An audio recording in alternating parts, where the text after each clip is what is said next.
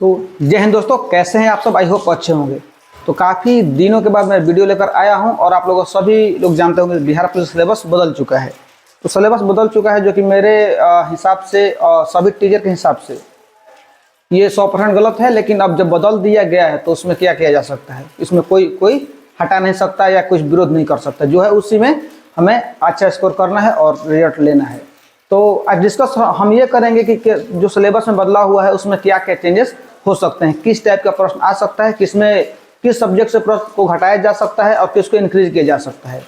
क्योंकि जाहिर सी बात है एग्जाम रद्द हुआ, उसके बाद में फिर एक नया एग्जाम डेट आया इतना दिन के बाद, और जब एडमिट कार्ड आ गया उस समय से अगर आप सिलेबस चेंज कर रहे हैं तो ये 200% गलत है, यानी 100% गलत है। नहीं होना चाहिए।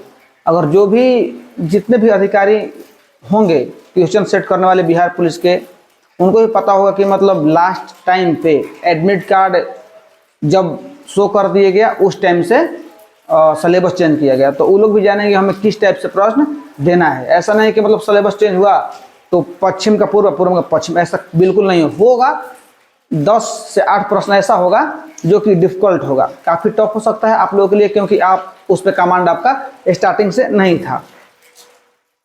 एक बात और, जैसे आप थी कि मान लीजिए कि साइंस और जीएस और जीके, इसमें आप बहुत ज़्यादा कमांड किए हैं। जाहिर सी बात है हर कोई करता है, उससे ज़्यादा प्रश्न पूछा जाता है।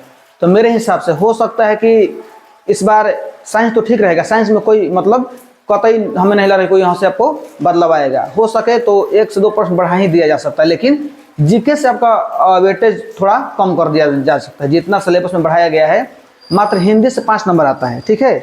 हिंदी से 5 से 7 क्वेश्चन के लिए आप समझ सकते हैं कि पूरा सिलेबस को दे दिया गया है।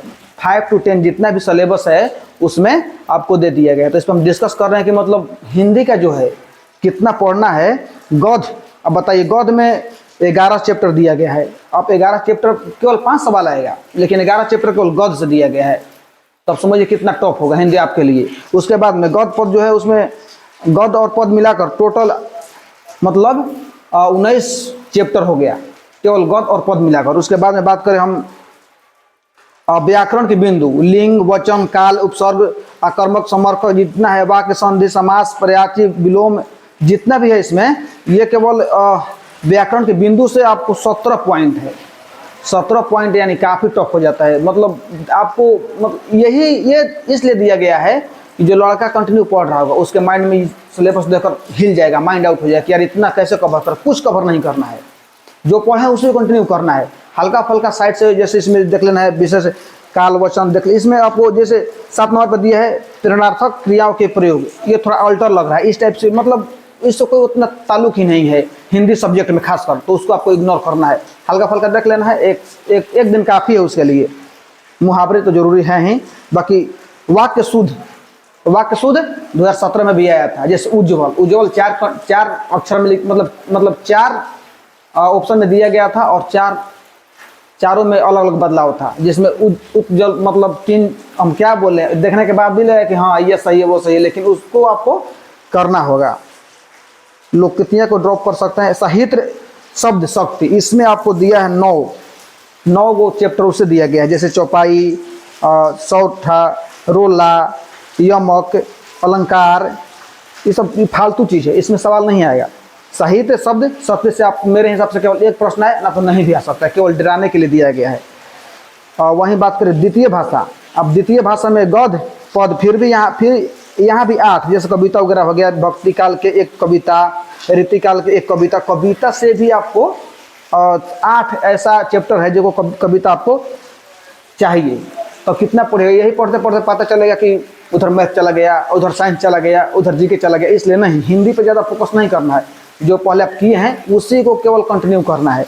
अभी तो कुछ नहीं, अब मातृभाषा हिंदी क्लास 10 स्पेशल यहाँ पे दिया गया है। देखिए इंक्लूडिंग किया गया है, दिखाई नहीं दे रहा है, लाइट कम करना पड़ेगा लगता है, आप सोच सकते हैं। क्लास 10 के लिए स्पेशल दिया गया है, दिखाई दे रहा होगा। मान लीजिए हम बता रहे हैं आपको, इसमें दिया गया है डॉक्टर अम्बेडकर, डॉक्टर लोहिया जैसे महान व्यक्ति की रचना। इसमें सबसे इम्पोर्टेंट चैप्टर एक ही है, जो है डॉक्टर अम्बेडकर और लोहिया जैसे महान व्यक्ति की रचना। इसमें आपको जाहिर सी बात है कि भीमराव अम्बेडकर के बारे में आप लोहिया जो है उनके बारे में जानते ही होंगे। इनकी विचारधारा, इनके इतिहास आपको पता होगा, जन्म मरण ये सब जितना भी होगा आपको पता ही होगा, तो उस पर थोड़ा सा कर देना है। बाकी देवनागरी लिपि से एक प्रश्न आएगा ही आएगा, कोई डाउट नहीं है। स्वरोष्ठी पीडीएफ नहीं आएगा। शिक्षा शास्त्र में संबंधित पाठ कोई लिमिट नहीं है।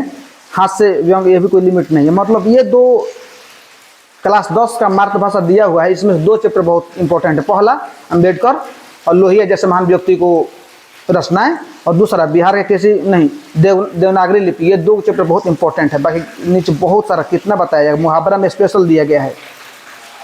मुहावरे और लोककृतियाँ जैसे वाक्य प्रयोग, वाक्य शुद्धि, प्रबंध, वाक्य उनके भेद, वाक्य प्रकार, साहित्य शास्त्र में दिया है शक्ति, अव्यंजना, अलंकार, उपमा, ये सब बहुत कुछ। पागल हो जाइएगा इतना देख के, इसलिए सब नहीं इग्नोर करना है। वहीं इंग्लिश की बात करें, हिंदी की बात करने में 5 मिनट लग गया, इंग्लिश की बात करें तो 10 मिनट लग जाए। पूरा यहाँ ए से लेकर जेड तक पूरा सिलेबस ही दे दिया गया है।